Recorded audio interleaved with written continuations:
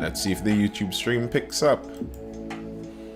Yes, I took down the tree. R Haven, you do custom prints. Yeah, well, not me, but someone does it for me.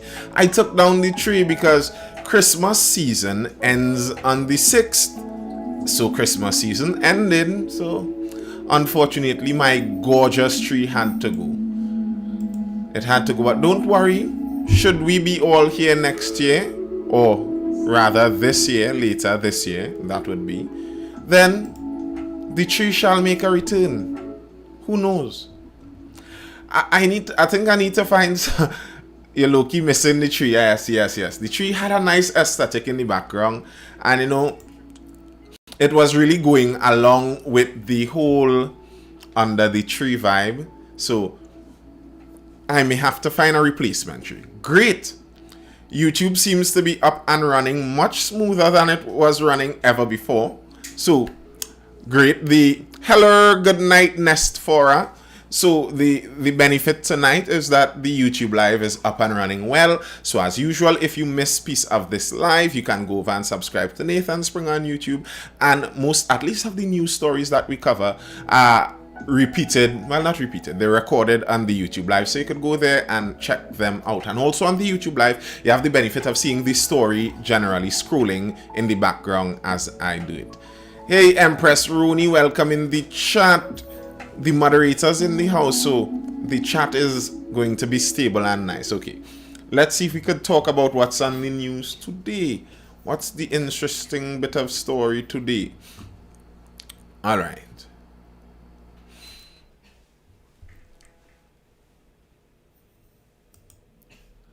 Police sergeant charged in missing Galil firearm and ammunition case. Good night, Navin Narain. An acting sergeant of police was charged with 2 offenses of misbehavior in public office in relation to a missing TTPS Galil firearm and quantity of ammunition. Now, I don't even need to read much into this story to get to the point that, hey, good night, Tobago in the house, good night, New Me Lizzie, I guess. Do you think if the scientists didn't play with it would have never mutated? Yes, I actually do. I lean towards the side of it being something kind of gain of functionish. Anyway, we're talking about that sergeant. And here's the very interesting thing to me in all of that. Something that I find very curious with how that turned out. The initial story, the very first story that came out of all of this was Goodnight NFL Malik out on YouTube, the YouTube live, nice, the YouTube live functioning well. The first story that came out of this said that the weapon went missing from a ZES and from a junior officer, if I remember reading that story online properly. At least from the source, the initial sources that released that bit of information. They said it was a junior officer. Now, I find it very suspicious that the initial story was a junior officer losing it in a ZES. It was never a ZESA gun. That's the story. It was never a ZESA gun. The weapon was never in the ZES. Deep South Palo Seco in the building. Thank you. I will stay safe. Welcome. We're taking people from all over the country. Nice. We're spreading wide in the Mindful group. That's nice. Yes, I find it very curious that the initial story was a young police recruit in a ZES and he do something irresponsible and leave it in the ZES and etc. I'm wondering if there wasn't some additional stories that came out that kind of made that entire thing fall off the map, because that story couldn't fly anymore. It's interesting. King Cash saying Arima in the house, but I happen to know that person and I know he's lying. Quincy Jones over in the YouTube chat. Welcome, sir. And yes, once you drop in any one of the lives, whether it be YouTube, Instagram, or TikTok, we're running the live smooth today. The lives, this is nice. once you're in any of the lives, make sure to click that like button. Smash it, stamp it, whatever you can do with it. But yes, I found it very interesting when I read that story and I saw the actual facts of the case and the fact that the person arrested. He must be in a rim of my foot. Now, the thing is, they haven't arrested him. The arrest that they made on him, the charge that they made on him, basically was that he misplaced the rifle. So it isn't proven necessarily that he gave it to someone, but he was, for sure, what they know is he was the one who mishandled the rifle. Now, if he was the one responsible for it, I see no way how this story could have just mistakenly come out in the first place, being so incorrect that it was a recruit misplacing, or a junior officer misplacing it in a zest somewhere in San Juan. That doesn't add up quite. That doesn't add up to me. It just really doesn't add up. I don't think that was a mistake anyway. I think someone tried to scapegoat a junior officer, and possibly if more information didn't just pop up in this story, the junior officer might have gotten himself in some more trouble, whoever that scapegoat might have eventually been.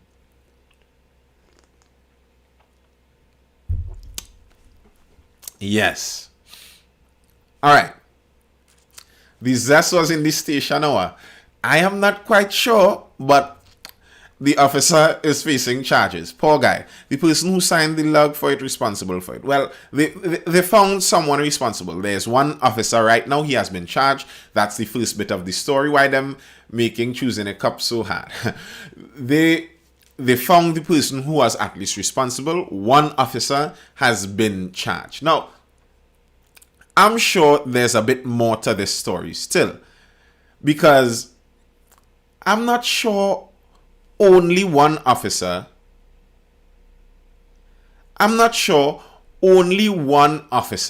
would be involved in this entire thing. Can you escape a police station with a weapon with only one officer being on your side? Any news on the cassava flour? Well, nothing more other than Tobago is promising that they very, very soon Tobago is going to be up and coming in that whole cassava flour business. So that's the news on that. I have news though on school.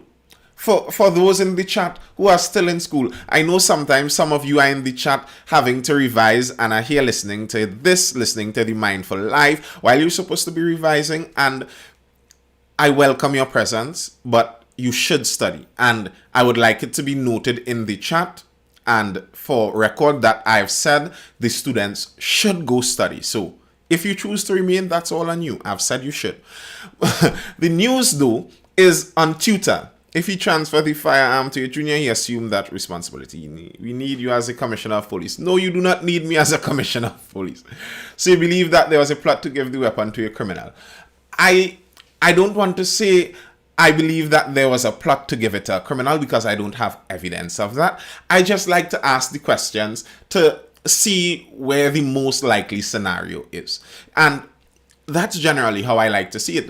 What would be the most likely scenario? Is it that one police officer happens to misplace a gun and a criminal happens to see it and happens to pick it up with extra magazines and extra ammunition and happens to be able to escape all as he escapes the police station? That's a lot of happens to be to me. So it just kind of seems, one side seems much more likely. What about the 15th safe zone for the government workers? Think government will extend?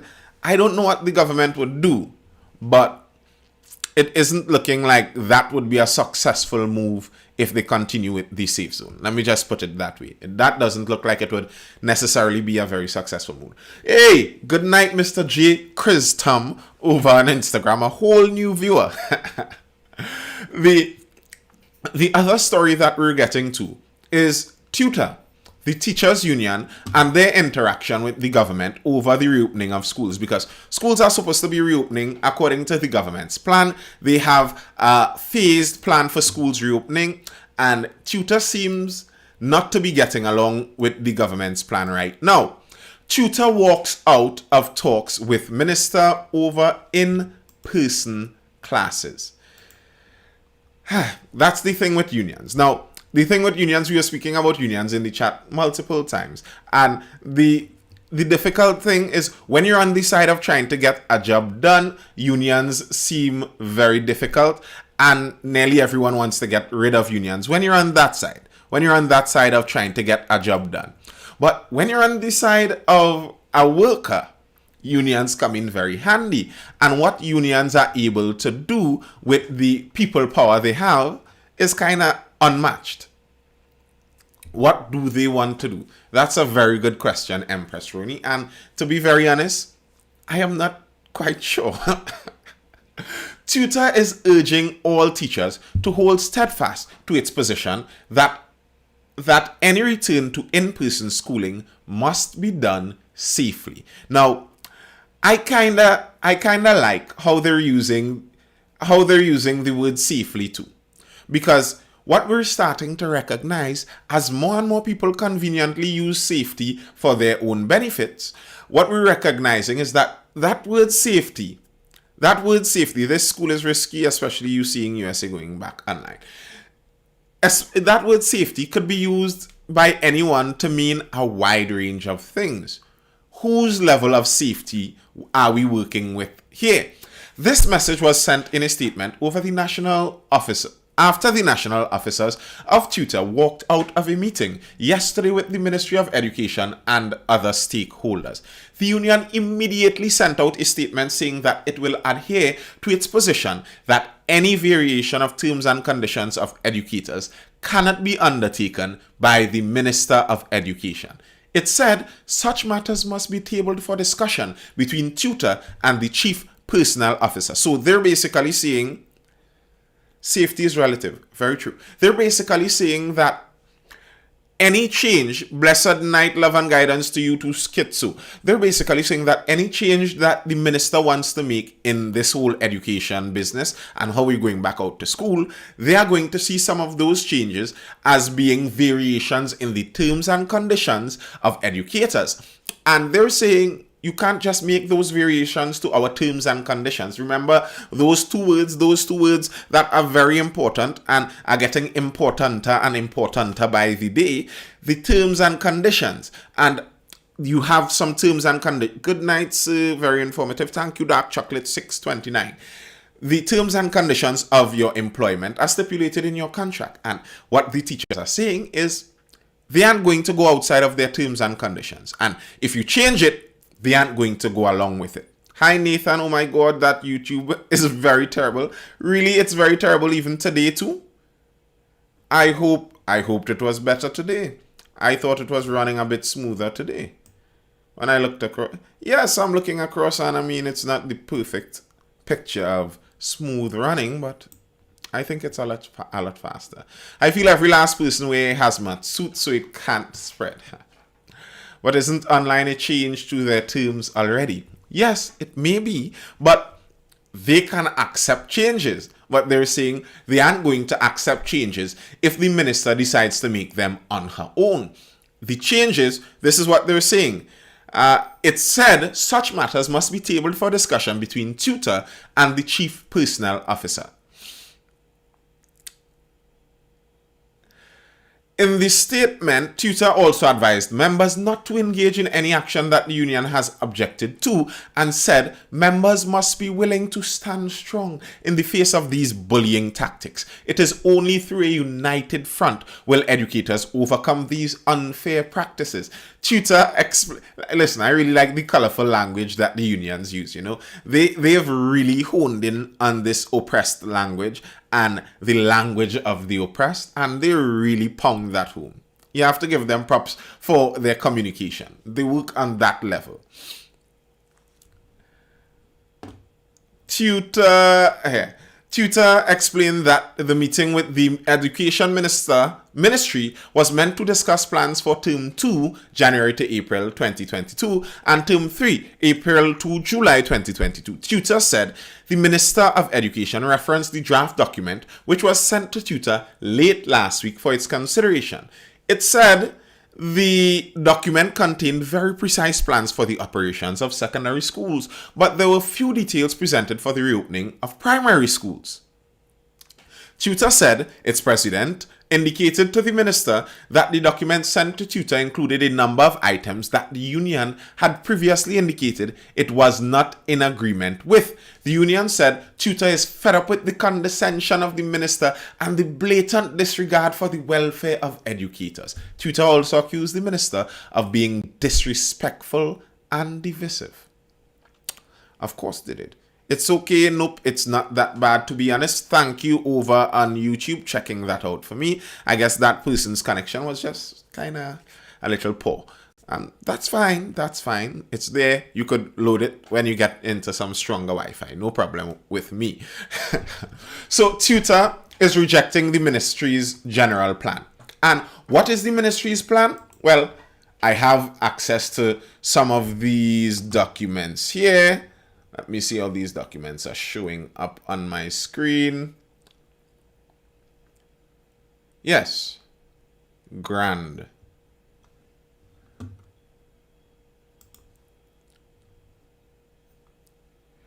The draft documents for the Ministry of Education's recommendations for terms 2 and 3 school operations for discussion with stakeholders. Please note these draft recommendations are subject to revision based on prevailing circumstances in Trinidad and Tobago. So if you're over on YouTube, as usual, you'll be able to see the document as it is up.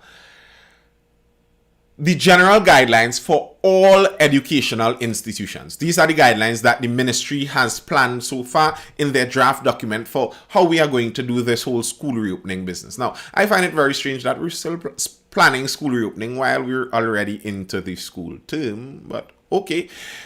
Entry protocols, hand washing, temperature checks, contact information collection to be enforced and strictly adhered to. Universal masking to be strictly enforced for all staff and students. That right there is going to be difficult. Maybe not impossible. I don't want to say impossible, but it's going to be difficult. It's not something easy. I just don't see how you're going to get a whole school full of school children to constantly wear a mask. Listen, I'm not a school child, and I don't even feel to constantly be wearing that mask. I am not sure how you are going to successfully do that.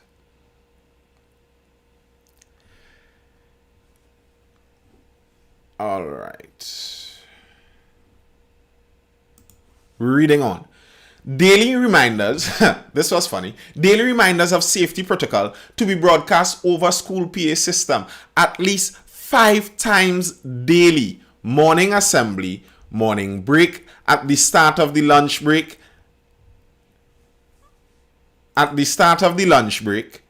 and at school dismissal. So 5 times during the day. Their plan is 5 times daily, they're going to blast out an announcement to the school that this is what you're supposed to be doing, school. These are all the safety protocol reminders. Again, I'm unsure how effective such a thing would be in getting school children to now obey the rules of the pandemic. But okay, that's part of the rules. 5 times daily. Safety signage to be placed and maintained at strategic areas of the school, of course. Social distancing markers to be placed and maintained in common areas. Opportunities for congregation to be eliminated. No whole school assemblies, mass meetings. So that's one benefit, I guess, for those who really never liked school assemblies. It's unrealistic, especially with the younger kids. I personally find so too. I find some of these things to be really not thinking about school children and how they function in a school system. But okay. Social distancing of at least 3 feet to be observed in non-classroom spaces such as cafeterias, libraries, and quadrangles. Here's my question. Who is going to be ensuring, thank you Real Talk in real time, who is going to be ensuring that school children remain 3 feet apart? Good luck with that. There are some schools that try to make sure that children don't end up in in overly intimate situations in overly intimate distance from each other, and they still cannot do that. there are students who have been impregnated. I was looking for a better way to say it, but in schools, and we know this, if we're being honest about the school system, we know this. So I am unsure how you're going to be there policing 3 feet apart in schools. You're going to make sure that these school children, yes, we measure 3 feet. Remember, Becca, 3 feet apart, please. Jonathan, separate, please. Separate. That's too close. Who is going to be doing that?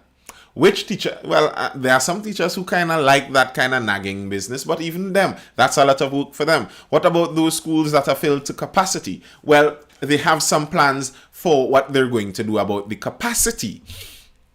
You see, teaching spaces to be utilized at 50% regular capacity. Rapid testing to be made available to school personnel through the collaboration of the Education District Health Unit and the Ministry of Health.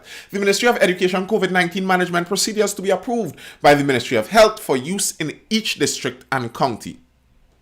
The Ministry of Education to utilize existing procedures to restrict students identified as contacts to COVID-positive persons from attending schools. This will allow for isolation of students of interest from the general student body more quickly than the present process of contact tracing through the Ministry of Health. So they'd use internal school procedures to do their, so it might be kind of like the suspension system where the school itself can send a student home and ensure that they don't attend school for a certain stipulated period of time. Safety officers didn't business about that before. What would change their minds now? Exactly. Good luck with that. Also on this, the use of air condition to be reduced as much as possible in classrooms and specialist areas. Fans to be used in classrooms as much as possible to promote ventilation. So bring out the Lasco fans. That's part of the plan. Now, I don't have a problem with this part of the plan. This is actually a bit sensible, especially if you don't have proper filtration systems in a school or in a room. If you're using an air conditioner with that older setup, you're very likely going to increase your chance of spreading that virus. Although it is known that students children age also don't spread the virus as much as older people. There's something where you literally measure the amount of virus someone sheds off of them, and the younger you are, generally speaking, you shed less virus off of you. So that's why you spread the virus, yes, less generally when you're younger, and the older people spread it more. How is this going to work with ECCE? How are they going to keep them in mass for that length of time? I have no idea. I have no idea what's going to go on with ECCE. That's a good question, a very good question. Secondary, schools to operate using one of the following models. So they have some options for how these schools can operate, and these are for secondary schools now. Model A for 7-year schools. Students of forms 5 and 6 attend school daily. Each form 1 to 4 class is divided into 2 groups. Group A and B, which attend school physically on alternate days along with students of forms 5 and 6, such that all students of forms 1 to 4 attend school at minimum 5 days in a 10-day cycle, or at minimum 2 days in a weekly cycle. So they actually went in more specific to clear that up in case people were wondering more. They cleared up the exact meaning of it, but I think it's pretty understandable. The idea is that shave that mustache, na man. No, if you don't like it, well, you're Satan, so that doesn't matter really and truly. So how this is going to work is, generally speaking, you split up the forms 1 to 4 in groups. You split them up into the groups A and B, and in those 2 groups, you're going to send them to school interchangeably. So let's say group A would be going to school on Monday, skip Tuesday, Wednesday, and then they skip Thursday, then they go on Friday. While group B would go to school on the Tuesday, skip the Wednesday, and then the Thursday. But then in the next week, you're going to interchange that. So in a 2-week cycle, in a 10-day cycle, they'd both get 5 days of school each. Now, What I found interesting was that the plan, at least the way they phrase the plan, is they're going to divide each class. Let's read that again, how they're going to divide this. Each Form 1 to 4 class is divided. So you'd be going to school with half of your class. Yes, it's rotation, but we're just going through exactly how the rotation method is going to work. So you'd be going to school with half of your class, but every day, all of the Form 5s and 6s would be in school. But the lower forms, Forms 1 to 4, would be rotating in and out the school in two groups, A and B. The second model, Model B, for 5-year schools. Forms 4 and 5 students attend school daily. These are 5-year schools. Forms 4 and 5 students attend school daily. Each Form 1 to 3 class is divided into two groups, Groups A and B, which attend school physically on alternate days, and you get the idea, the same kind of rotation. So, if you're looking at this in a 5-year school, if you're a Form 4 in a 5-year school, you'd actually get more schooling than if you're a Form 4 in a 7-year school. The Form 4s in the 7-year schools would be among the rotated students, while the Form 4s in the 5-year schools would have school every day with their Form 5 compatriots. That's interesting. The third model, Model C, 5 or 7-year schools with large student population. Each Forms 1 to 5 or 6 class is divided into two groups, Groups A and B, which attend school physically on alternate days, and yada yada yada. They switch in between. For example, right, while students in Group B attend, right, good. So if your school is large, they are giving you the option to rotate the entire school, including the Form 6s. Now, what tutor is saying from the very beginning, tutor was saying they don't want any kind of rotation. They're not with the rotation. That's a big part of tutor's statement. They do not want to teach school under rotation. And they have some good reason for it, because they're saying you'd end up teaching 2 times as much. You'd be double working. Some people would be left out. Let's show some support, yes. And some people would be left out. So they're not about rotation. And the other part they aren't about is that when they're home, they'd have to use their personal devices in order to teach. And they are saying that they don't want to use their personal devices. If they have to use their personal devices, they want to be paid to use their personal devices. Now, I'm not sure if I disagree with that. I could understand that sentiment. Your personal device that you may have had to pay money for isn't part of your job prescription, isn't part of your job description. So I'm okay with the teachers asking for some kind of compensation if you want them to use their personal tech devices. Now, let's go across to the primary schools. We'd skip some of those other options in the secondary school, and let's go over to the primary schools. Primary, students of standard 5 to attend physical classes 4 days a week from February to March 31st, 2022. School hours to be 8:30 to 2 p.m. for students, allowing teachers a 1-hour planning period daily from 2 to 3 p.m. 1 day a week, Wednesdays, to be reserved for thorough cleaning of the school compound. Synchronous online classes to be held on this day for all Standard 5 students.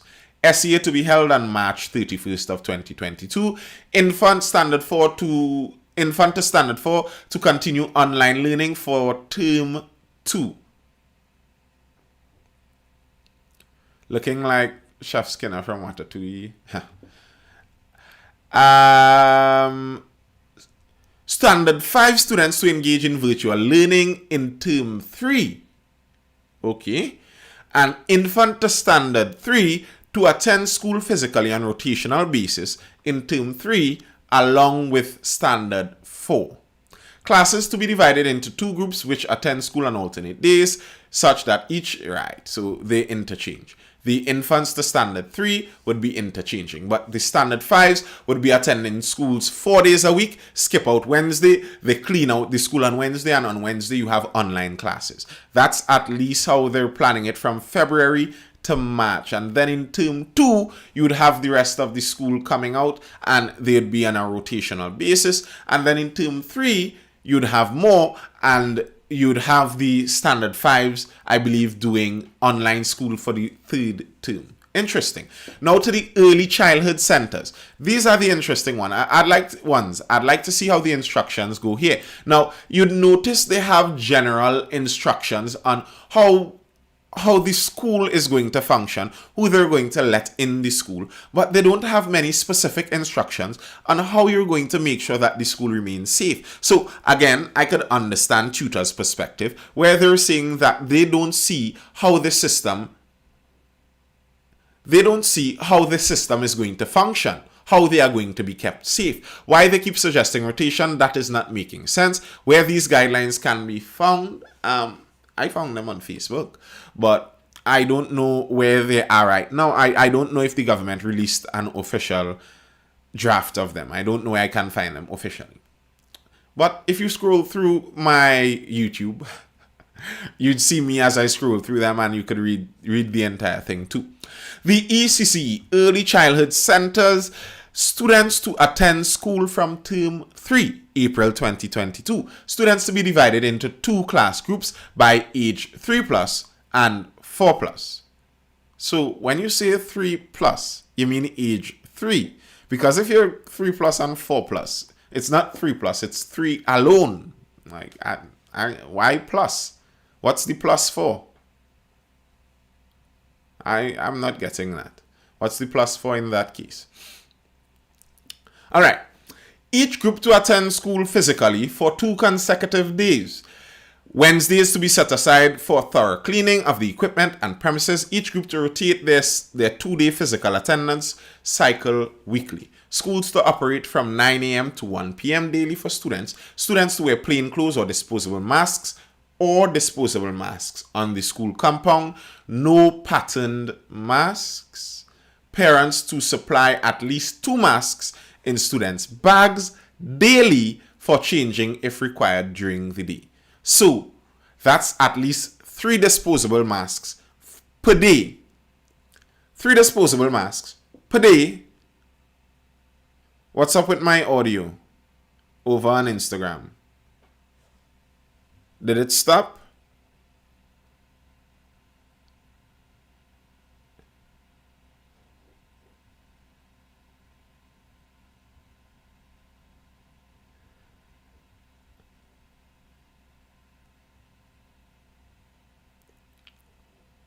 Okay. Hold a moment.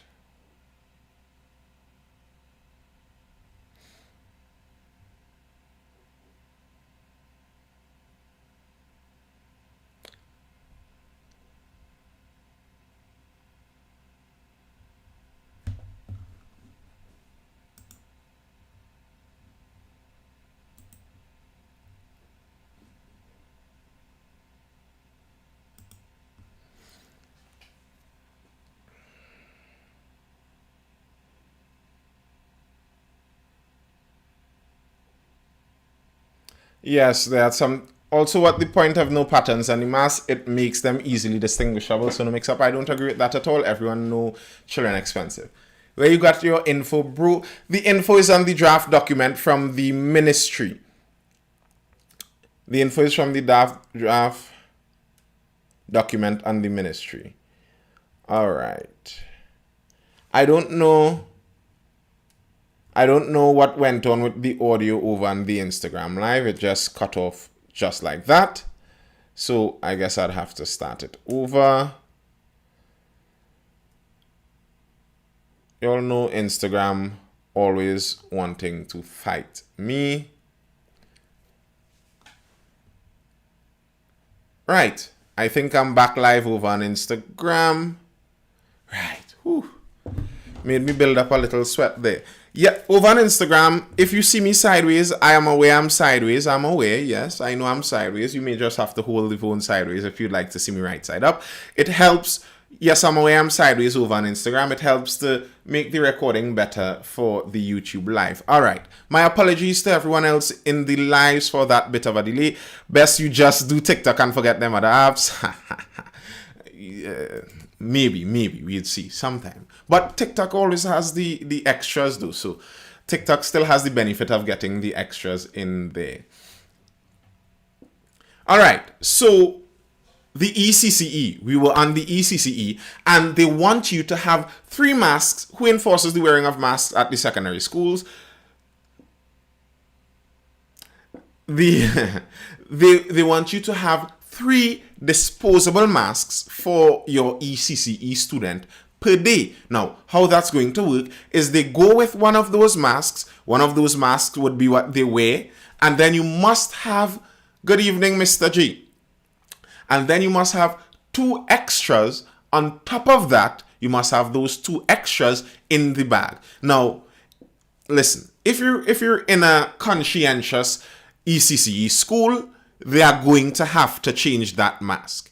If they're looking to be honest with their enforcement, and they're really trying to make sure your child doesn't become ill, then every time your child touches the mask, or every time they take it off and put it on a table or put it on the ground, then the proper thing for that teacher to do would be to throw away that mask and take out one of the extras from the bag. So can you imagine going through 3 extra masks per day? And 3 is the minimum. In reality, if you really want to mask a child up properly, then you may need about 50 disposable masks per day. Other than that, that child would be touching that mask, putting that mask down, breathing it back to their face, and then in the long run, the mask may literally be doing more harm to them than good. And in the first place, the children don't spread the virus very much, and they aren't very much at risk of getting the virus either. Listen, I am not for that masking the babies thing, you know. I'm sorry. I find that makes no sense. I find it ridiculous. I find it pointless. Masking the babies does not make sense. They will not keep it on at that age, now called a 5-year or secondary school. Right, and someone is asking also, who is going to be enforcing those mandates and those instructions in some of those more rebellious secondary schools? And the truth is, nobody. Just because we're in a pandemic, many people, they seem to believe, like, just because a pandemic has occurred, that all of a sudden now, everyone is going to suddenly stop behaving the way they always behaved. No, the bandits are still going to do banditry. And the thing is, people are just really accustomed. Humans are just really good at becoming accustomed to something. So even if this pandemic is very, very dangerous, people eventually get over that and they start doing what they regularly do. And what school children regularly do in some of those more rebellious schools cannot be stopped. They cannot stop these children from fighting. You think in schools where they cannot stop students from fighting each other, that they are somehow now going to be able to stop them from taking off their masks? I think our education system is way backward. I think so a bit too. But the law is 8 years old, so what they're doing it to the ECCE? I don't know.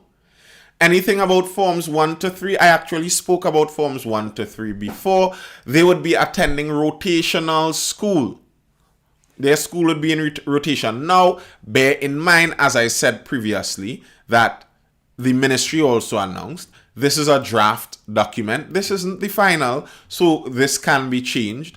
And there are several different models. It's according to which school you're going. But if you're in Forms 1 to 3, basically, any way you take it, you'd be divided into 2 groups and you'd be rotating school. Where one group would go to school Monday, Wednesday, Friday. The other group would go to school on the Tuesday and the Thursday. And on the next week, you'd exchange that. So within 2 weeks, each group gets 5 days of school.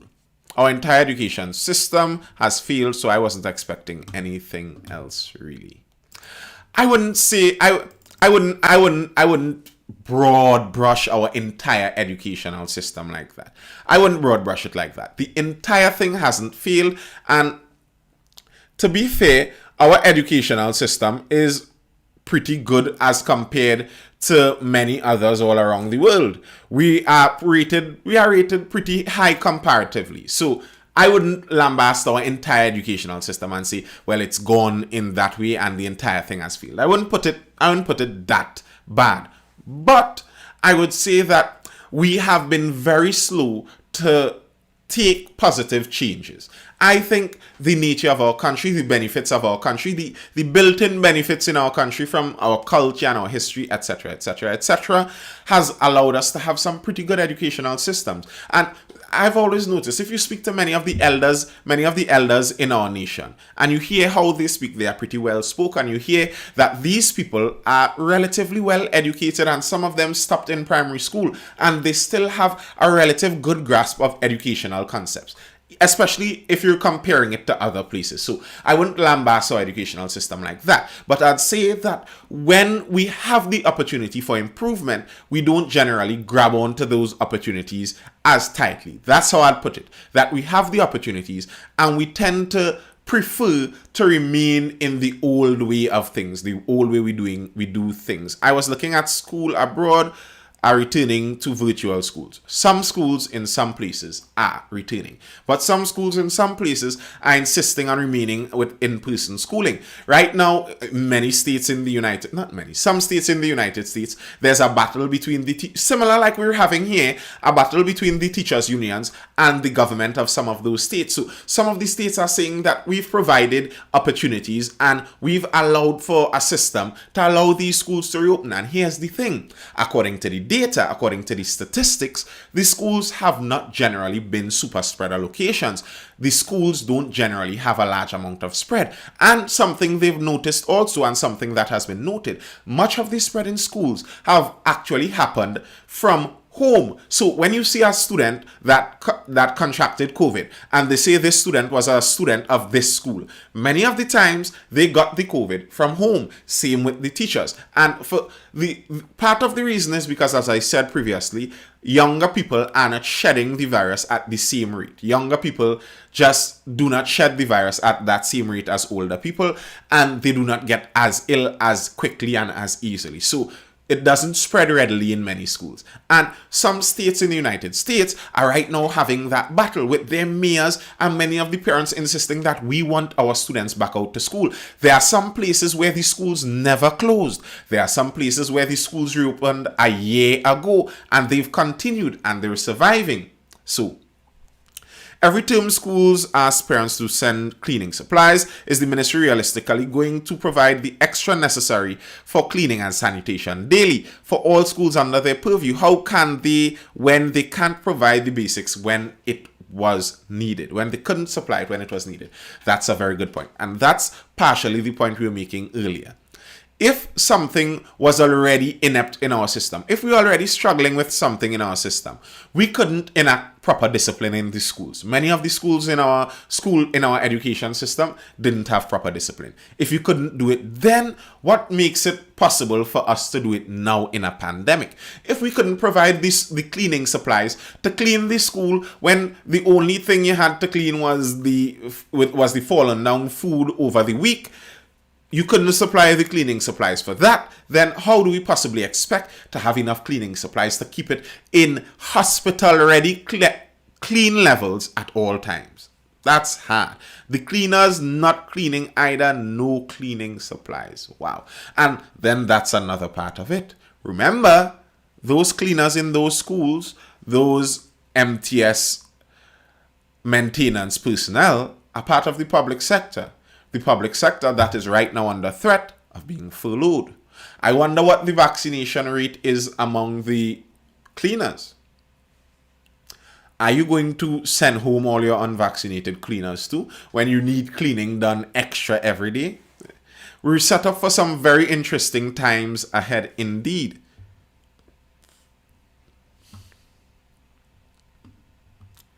Yeah, I would guess, watching how things have carried on in most cases, I would be willing to guess that the vaccination rate among many of the cleaners wouldn't be particularly high.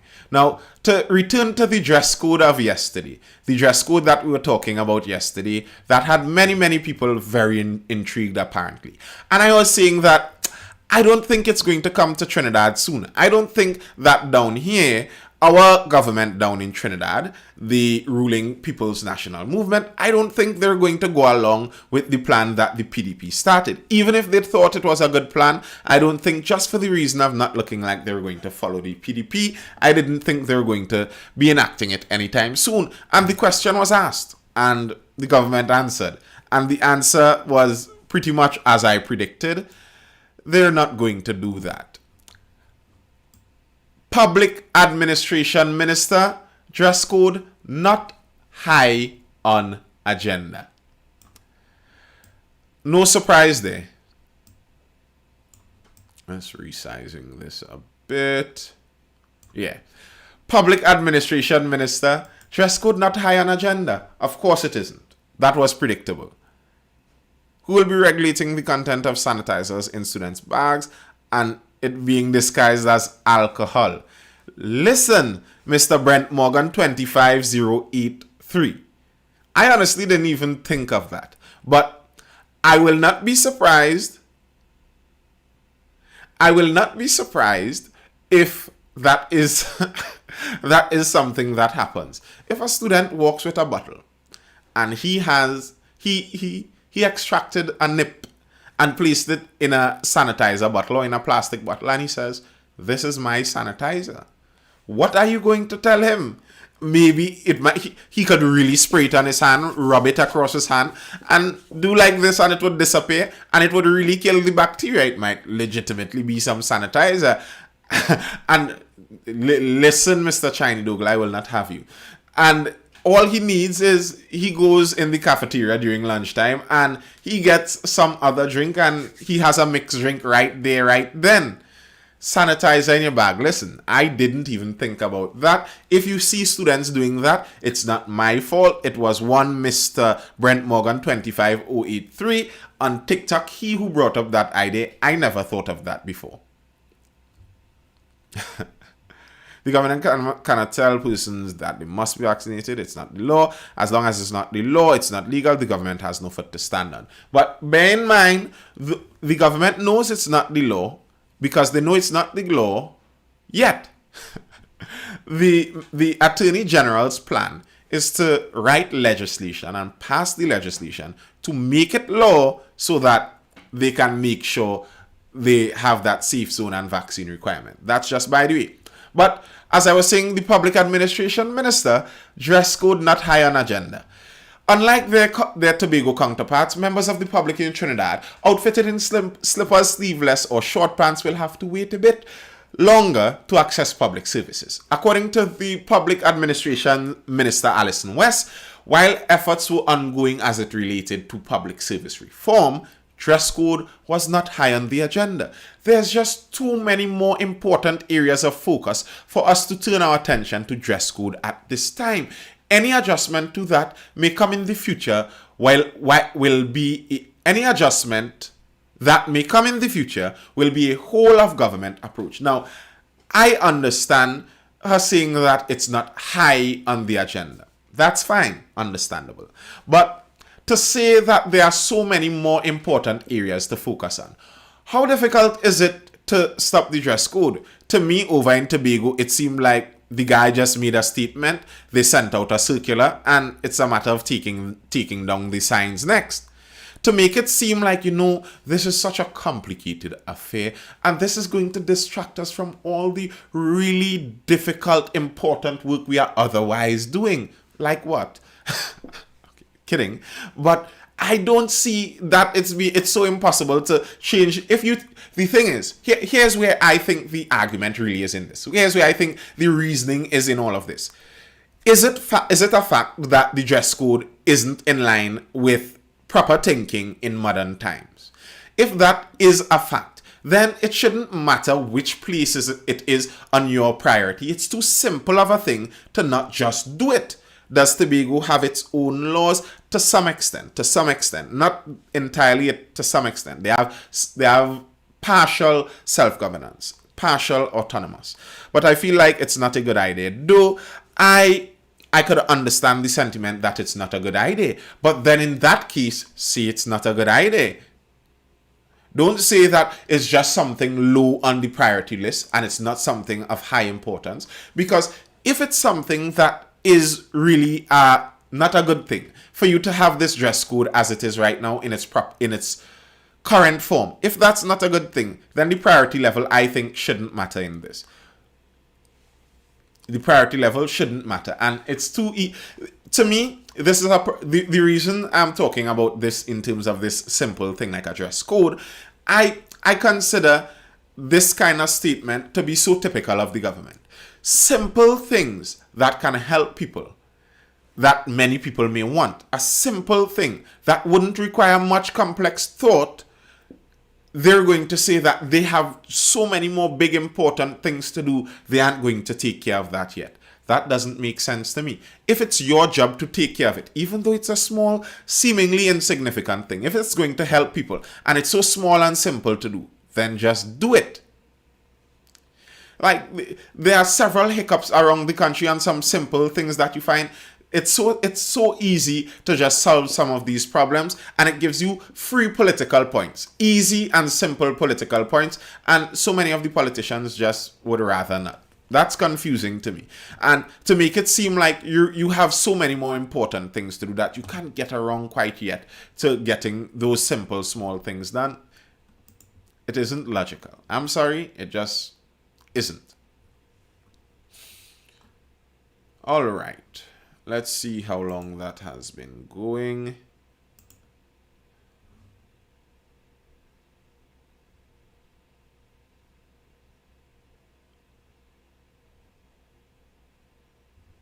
All right. I have to put on in long pants to renew my driver's permit. That expired. That not logical to me. And exactly, I don't think it's logical either. I don't think it adds up. I don't think it's logical. Example, the condition of roads in TNT so easily repairable. And there are in particular, for example, there was a bridge somewhere down on my side where I live. And the bridge had one small spot in it that created a hole, and it fell through, and it kept falling through. They kept patching that little one spot, but it's a bridge. It's evident this bridge is falling now. The bridge fell down basically in slow motion over the course of possibly a decade, slowly, little by little, piece by piece, as opposed to figuring out how to make these services available even during a lockdown. The bridge is falling out piece by piece, and they don't fix it until the entire thing falls down, collapses. Well, not the entire thing. It becomes impassable, and then they have to come and place a temporary bridge there. Instead of doing that and making the repairs to the bridge or building a new bridge when you saw it happening, and it's a simple thing really. It's a simple solution. A bridge that you would have had to build anyway, you could have done it in a time where it would have actually been of benefit to more citizens. I don't understand that.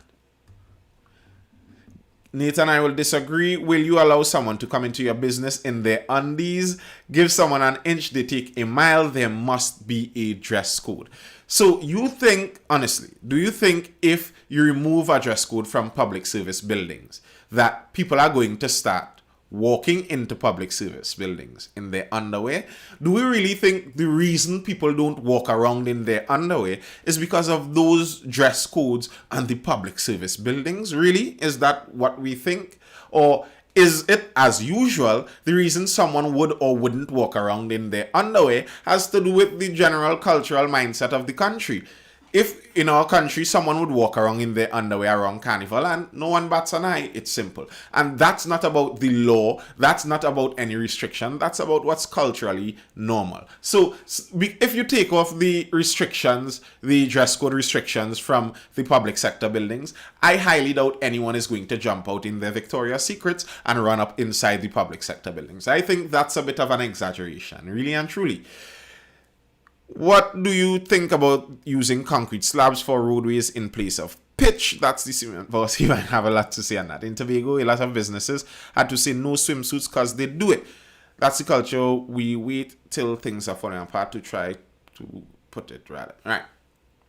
There's a difference in Tobago. Tobago is a tourist destination. So there may be people on the beach in the bikinis. So they would walk into the businesses like that. So if you're a business that doesn't want that, you'd have to stipulate that. That's similar like if you don't want people in industrial boots walking into your building, and you have a business anywhere in Couva or in Point Lisas or California or Marabella or Claxton Bay or anywhere in that region, you might have to put a sign on your door saying no work boots in here, because it's an industrial area. It's according to the area, really and truly, not according necessarily to the people themselves. As you're in terms of having concrete to pave the road, the problem isn't the surfacing. The problem isn't what we choose to surface the road with. The problem isn't the pitch. We have the pitch. We can reliably make pitch roads. The technology to make reliable pitch roads is available. So it's not the pitch. The problem is corruption. The problem is when you pay someone, when the government pays someone to go pave a road, and they don't build a good foundation under the road, and then they get enough money to pave the road with a 3-inch thick slab, and they pave it only with a 1-inch thick slab, or with a 1/2-inch thick slab. You could literally go and watch some of those roads and watch the layers as they peel off, and you could see the very, very thin layer there. So it's not about getting the right material to put on the road, because if you get concrete, you could get people who would do corrupt things with the concrete, and they would steal some extra material from the concrete and give you poor concrete, and within a short time you have the same problem with the concrete too. So it's not the material, it's the people. Really and truly, that's just the reality of it. Think they meant short pants with their business outside.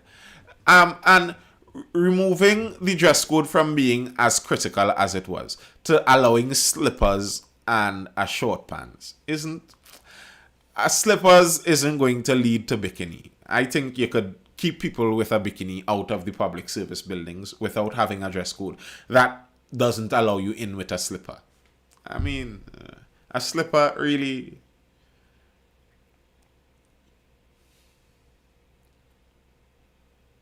Some places, corruption is way of life in this country. Some places you just have to attire yourself.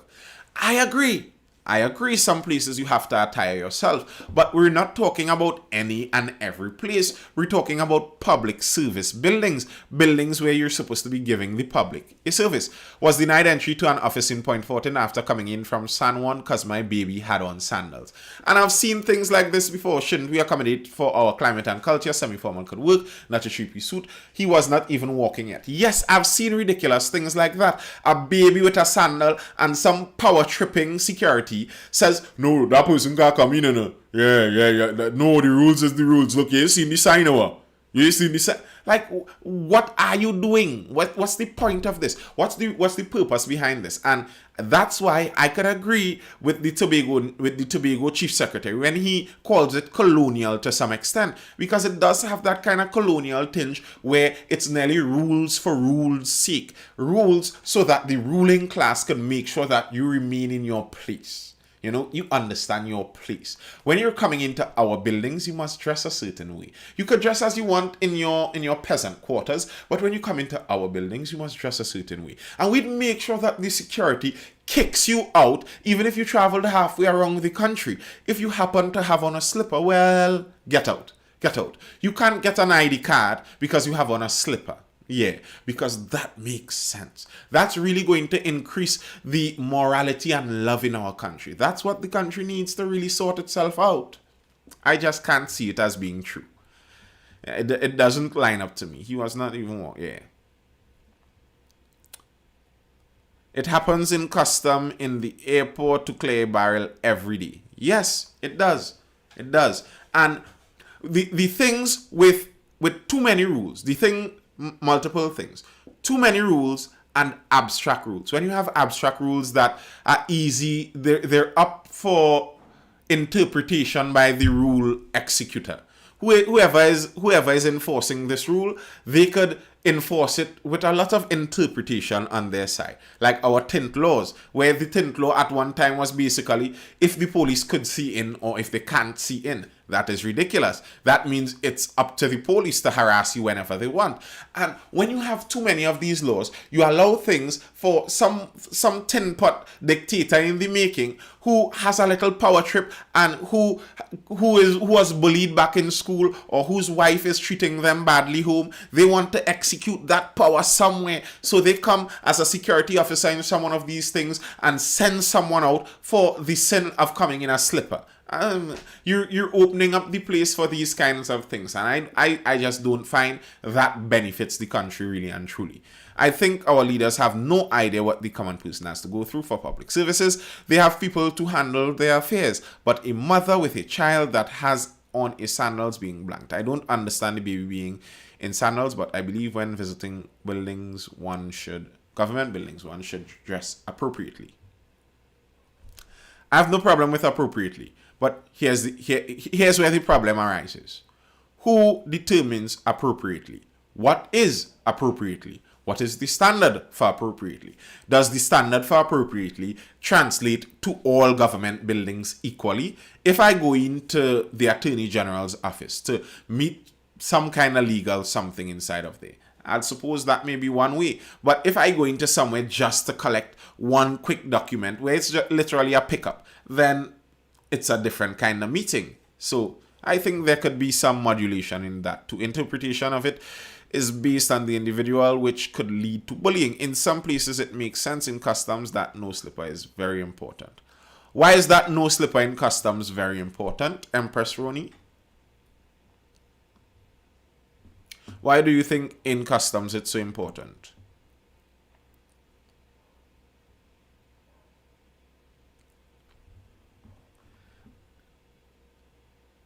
Is the court a public office? I don't know if it's a public office, but I think it may be considered a public building to some extent. Why do you need to dress code to go to court? You need a dress code to go to court because it's the seriousness of the matter. That's what it aims to represent. It's like a funeral, like a wedding. A court case is a pretty serious matter. And you have to understand what dress is in the first place. Dress has become, over time, dress is a outward signal of where you're going, the significance of the thing you're doing. So if you're going to a court case, that could determine some significant matters. And this court is to be held in a certain esteem in the country, because bear in mind, the way a court work is by trust of the people. We have to trust that our court system is so just that we would be willing to live under the laws set up by our court. That's what we have to trust. So there has to be, well, not there has to be, but we create some pomp and circumstance and some elite feeling to the court system to allow for that. So that's understandable. But going to court isn't the same thing as collecting your ID card, I think. Because barrels does be there long, does have rats and all kind of dirty things.